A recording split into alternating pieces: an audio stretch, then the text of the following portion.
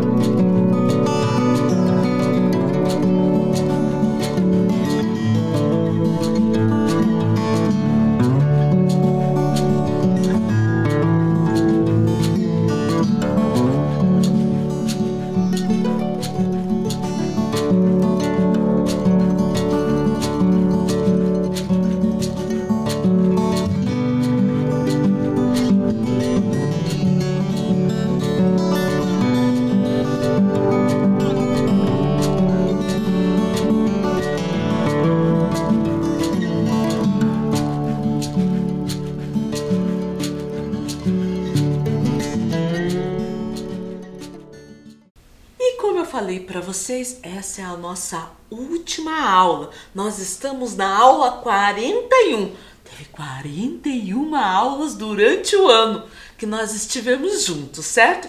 E olha lá o tema: espaços de lazer e história em Curitiba. Então pegue o seu caderno ou a folha e vamos registrar a aula. Data que você está assistindo essa aula, aula 41, História, Espaços de Lazer e História em Curitiba. Eu vou aguardar você fazer.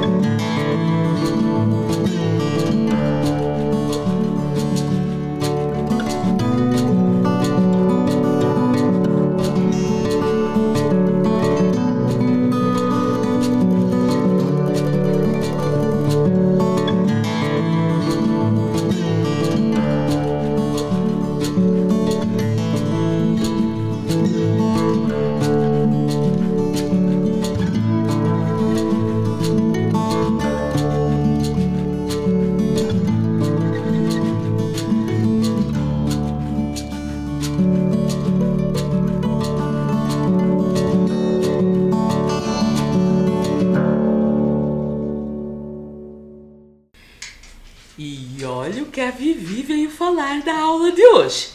Hoje a aula é de dicas para as crianças, pais e responsáveis a aproveitarem as férias que vêm aí.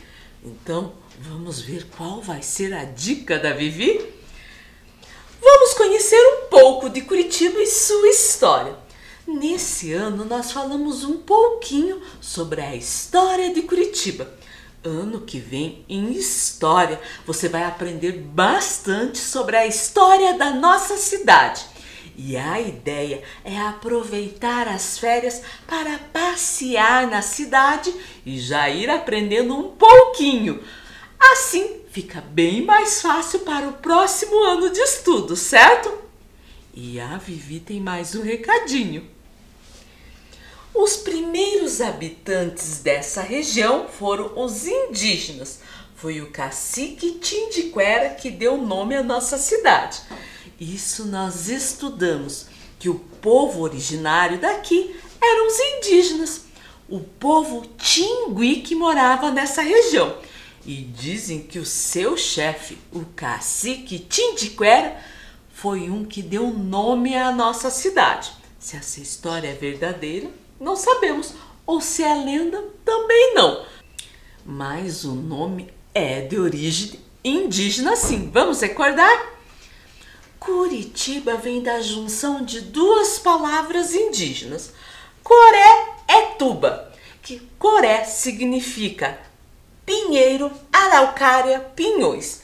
É tuba, quantidade, muito. Então, juntando os dois, terra dos pinheirais, terra de muito pinhão, certo? E olha que interessante o que a Vivi trouxe para nós. Agora vamos observar as esculturas que representam e homenageiam o cacique Tindiquera e estão expostas na cidade de Curitiba. A primeira escultura fica em frente à Catedral de Curitiba, na Praça Tiradentes. Então esse daqui que vocês estão vendo é o cacique Tindiquera, certo? No Centro Cultural Vilinha, daqui a pouco eu vou falar mais sobre esse centro cultural. É um espaço dentro do Parque Histórico, no bairro Alto. Também há uma escultura do cacique Tindiquera.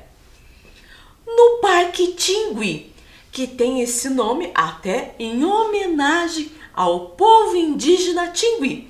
Além da lembrança desse povo, originário da nossa cidade, na entrada do local também tem uma escultura do cacique Tindiquera. E essa escultura, chamada Fundação de Curitiba, ela foi feita em alto relevo em bronze por João Turim. E essa escultura representa parte da lenda da fundação de Curitiba, com a imagem do cacique Tindiquera, e a obra faz parte de uma exposição permanente no Memorial da cidade de Curitiba, que aparece ali na segunda imagem. O memorial é um espaço dedicado à memória, às artes, à cultura da cidade. Quem vai até o memorial, além de ver as exposições, pode participar de apresentações musicais, que é um espaço dedicado às artes, à memória, à cultura da cidade. Quem vai até o memorial pode, além de ver as exposições que tem no lugar, participar de apresentações musicais, teatros e até palestras, certo? E a Vivi veio nos falar um pouco mais sobre o início da cidade de Curitiba. Os primeiros habitantes da cidade de Curitiba estabeleceram-se inicialmente na margem esquerda do rio Atuba, onde hoje fica o bairro Alto de Curitiba e a Vila Perneta de Pinhais. E no lugar onde eles se estabeleceram, os primeiros habitantes da cidade também têm um espaço legal para fazer uma visita. Até falei no começo da aula, vou falar desse lugar depois. Vamos ver agora? Parque Histórico A Vilinha. O Parque Histórico fica bem próximo do Rio Atuba, como nós podemos ver ali na primeira imagem, a ponte que passa pelo rio, certo? Dizem que nesse espaço que moraram os primeiros habitantes da cidade, que eram os portugueses. E eles são homenageados nesse espaço também. Na segunda imagem, tem ali o Portal Português, que fica na entrada do parque, certo? E a Vivi continua a nos ensinar. Posteriormente, os primeiros habitantes de Curitiba mudaram-se para próximo ao Rio Ivo, onde hoje fica o centro da cidade. E você sabia que no centro da cidade passa alguns rios? Entre eles o Rio Ivo. Mas nós não podemos vê-los. Por quê? Porque eles estão canalizados. Mas antigamente, quando chegaram os primeiros habitantes, era um ambiente bem natural, com rios, matas. E esses rios, principalmente o Rio Ivo, fica próximo à Praça Tiradentes. Essa é a praça mais antiga da cidade. Nela foi construída a primeira capela, onde hoje fica a Catedral Metropolitana de Curitiba, que aparece ali na primeira imagem, e também o Marco Zero. Vamos conhecer um pouco mais sobre eles? E a Vivi veio falar dessa primeira capela. Na Praça Tiradentes também foi construída uma pequena capela dedicada a Nossa Senhora da Luz dos Pinhais por volta de 1654. Foi feita de pau a pique e coberta com telhas goivas. Muitos anos depois, nesse local surgiu a Catedral Metropolitana de Curitiba. Sobre pau a pique nós até estudamos na aula. Também chamado de taipa, que é uma técnica antiga de construção onde são entrelaçados madeiras. Geralmente é feita de bambu. Eles são amarrados entre si com cipós, dando origem a um painel perfurado, e após é preenchido de barro, transformando-se em uma parede. Certo? E como a Vivi nos contou, por volta de 1654, na Praça Tiradentes, foi construída uma pequena igreja de pau a pique. E o nome dessa igreja? Capela da Nossa Senhora da Luz e Bom Jesus dos Pinhais.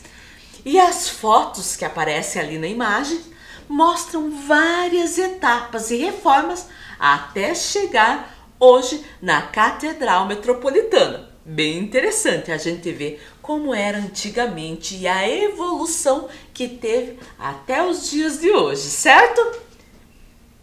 E a Vivi está com uma dúvida.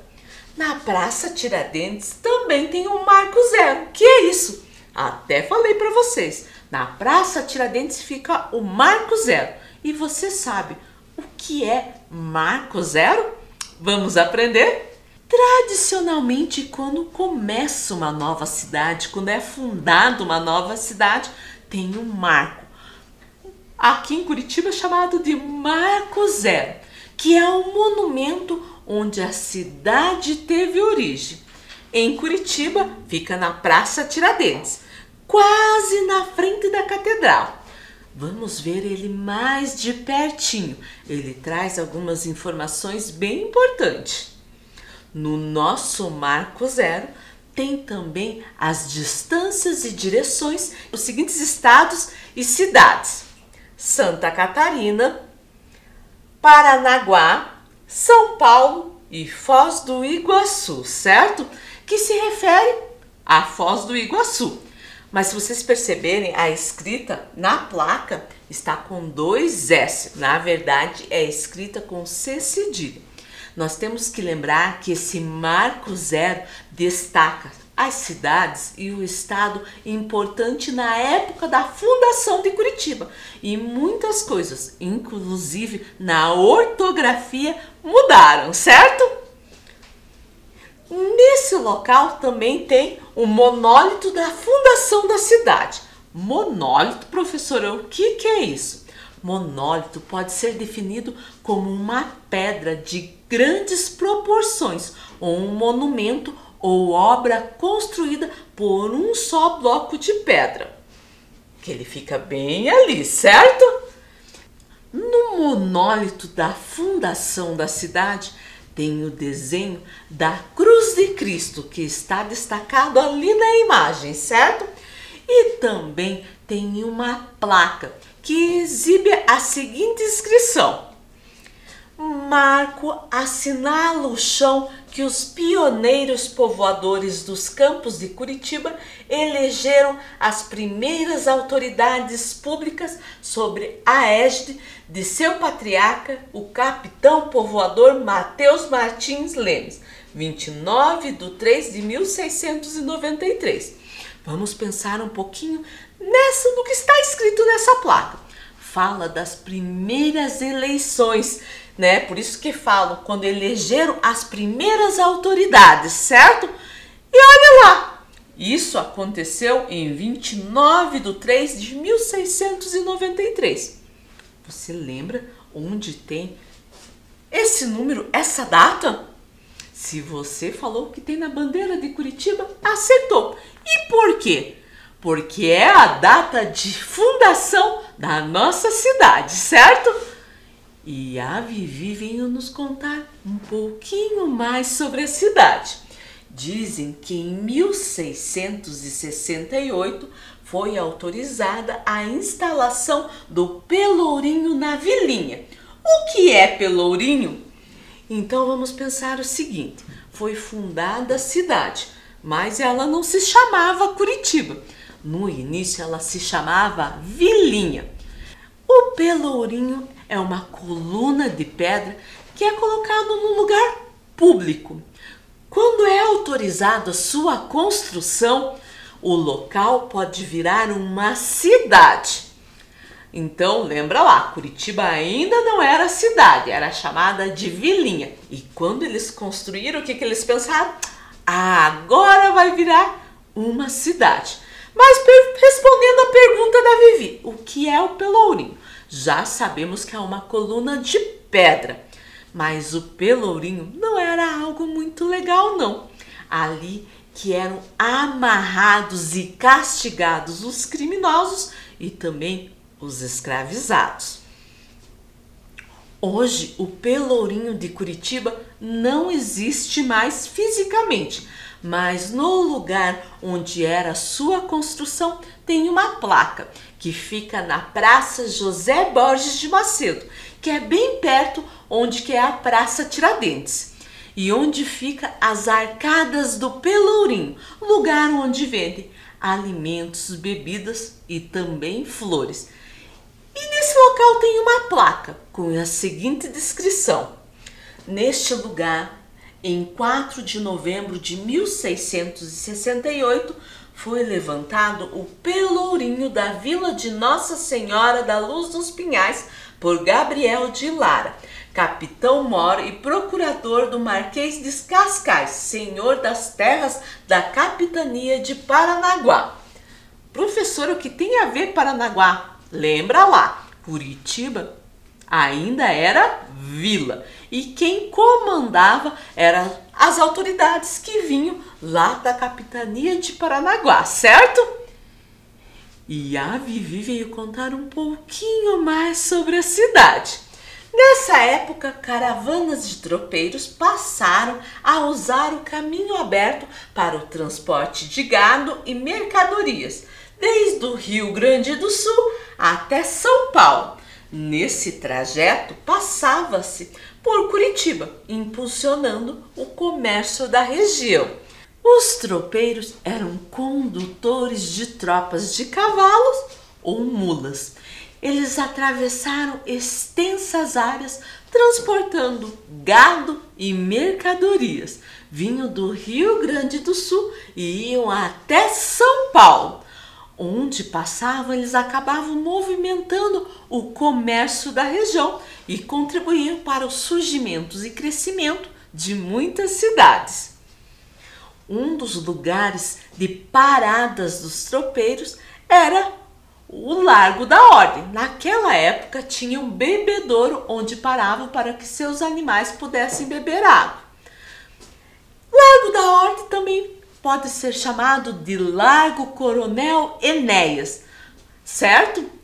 E vocês vão dizer, mas professora, ainda tem um bebedouro lá. Tem, mas não é o mesmo daquela época, ele foi reconstruído, certo? E como eu falei, como eles paravam nesse local para que seus animais bebessem a água, eles movimentaram o comércio. Primeiramente, então, esse local teve o movimento do comércio com os tropeiros. Depois, em torno das carroças dos imigrantes que vinham vender produtos agrícolas. E agora, nesse local, tem muito comércio também, mas com a feirinha do Largo da Ordem, certo? E por falar em imigrantes, a Vivi tem algo bem importante para nos ensinar. A imigração em Curitiba deixou fortes marcas na cultura e economia da capital do Paraná, num lugar que antes era povoado e depois passou a ser cidade.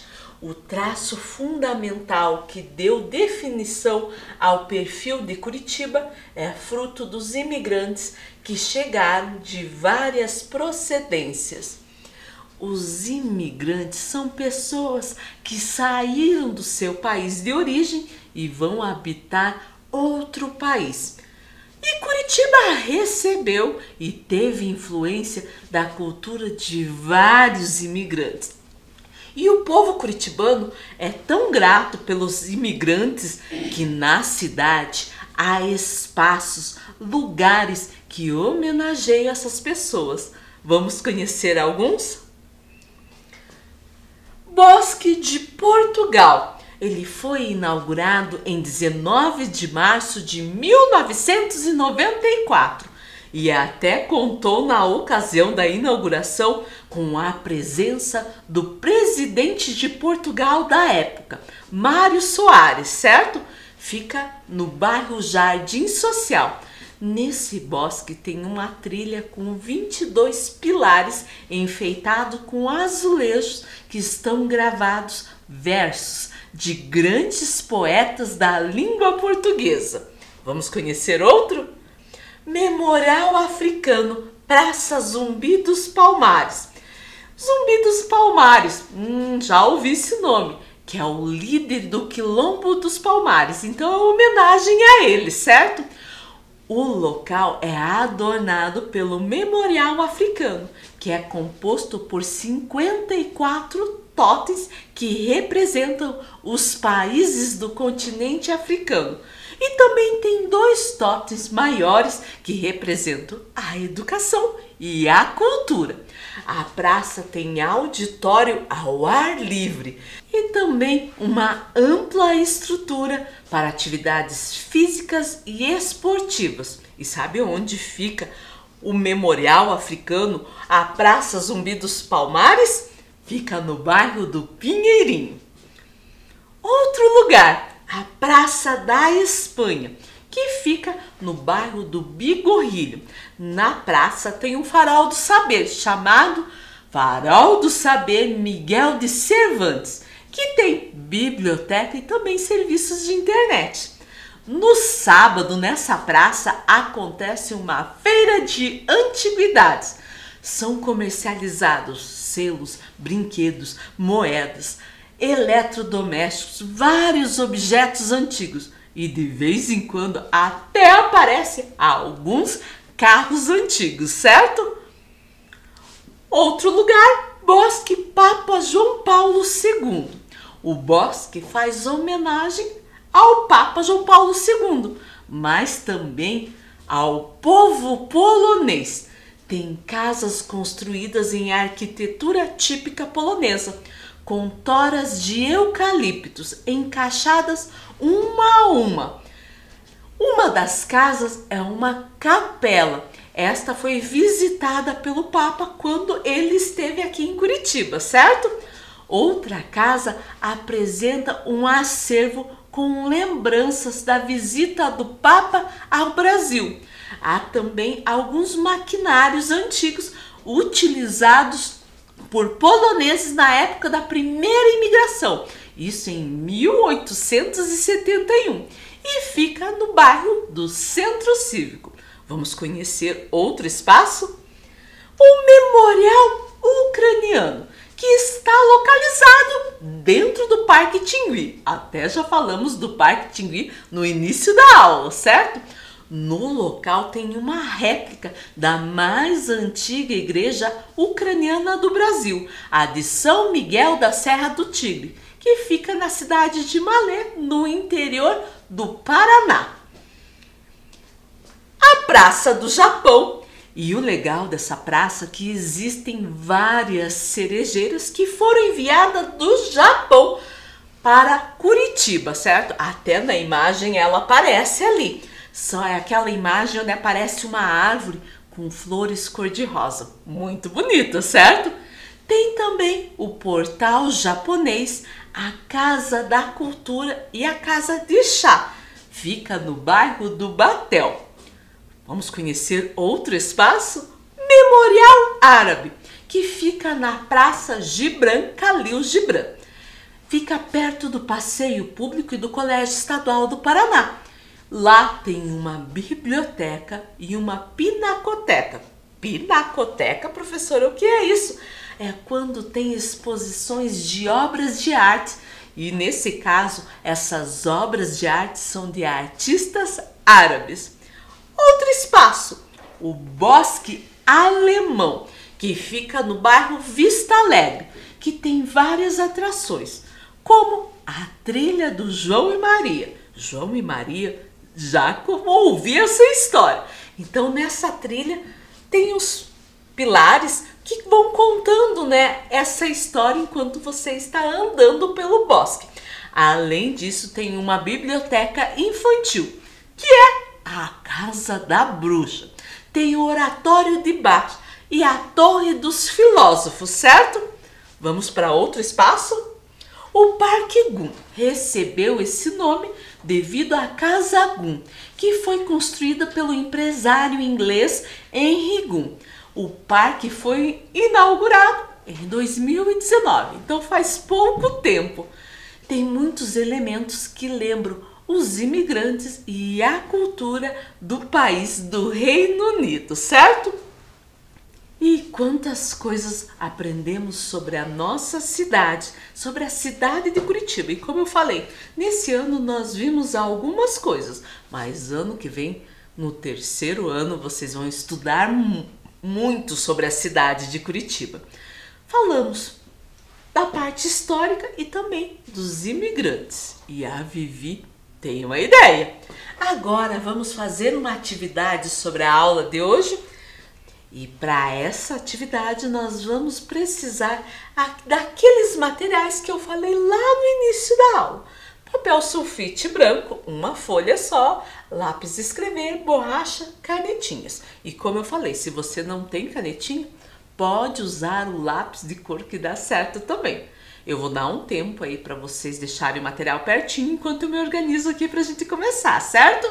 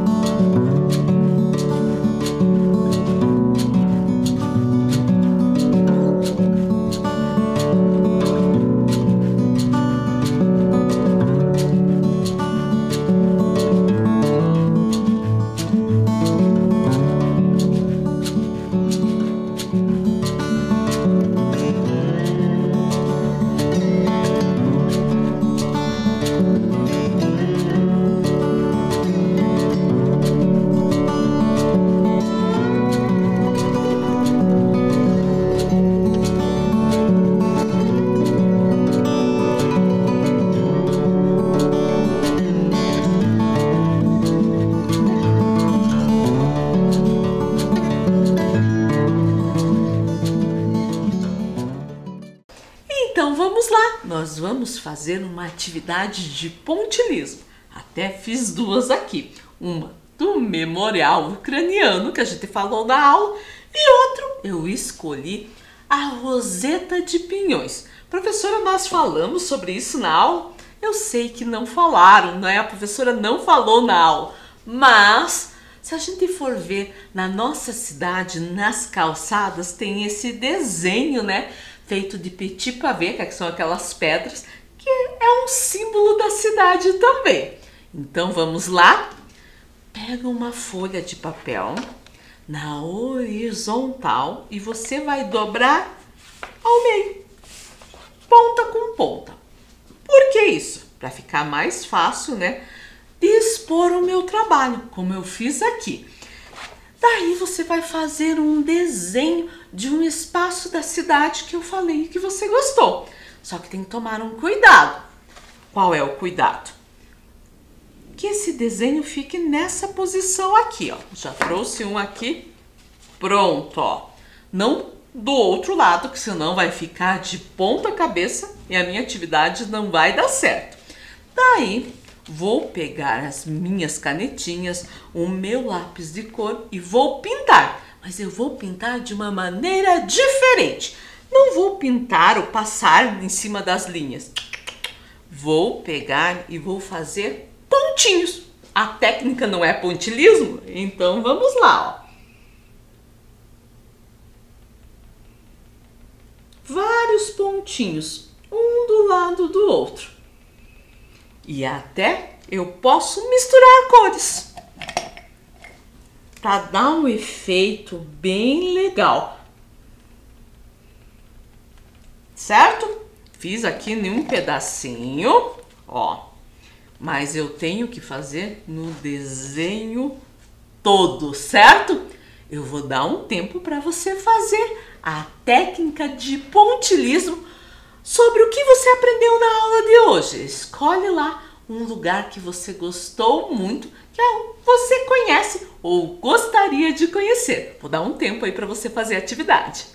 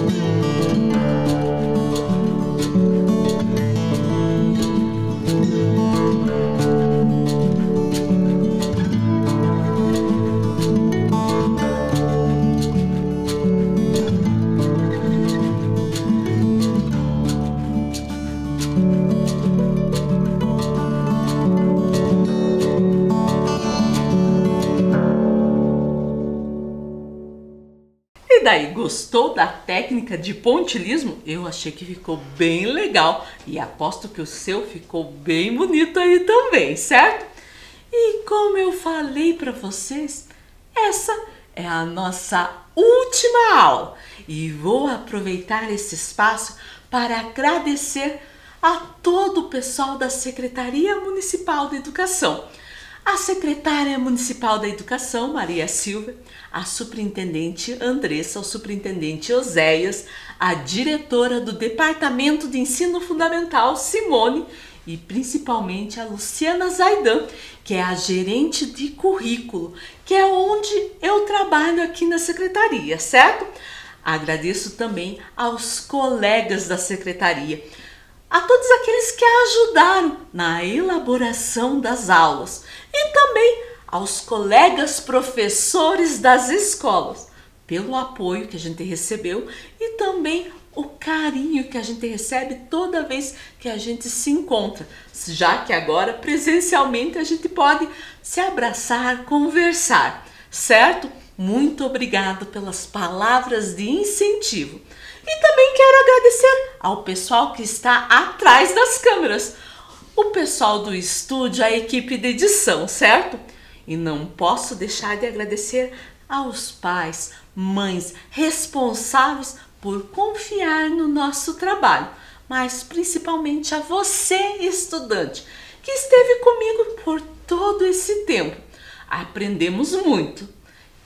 Você comigo, mas eu também aprendi com você, apesar da distância. De vez em quando a gente recebe alguns recadinhos via as redes sociais, e-mail, e isso foi muito bom. E eu quero desejar a todos vocês umas boas férias. E sempre terminei a aula falando até a nossa próxima aula.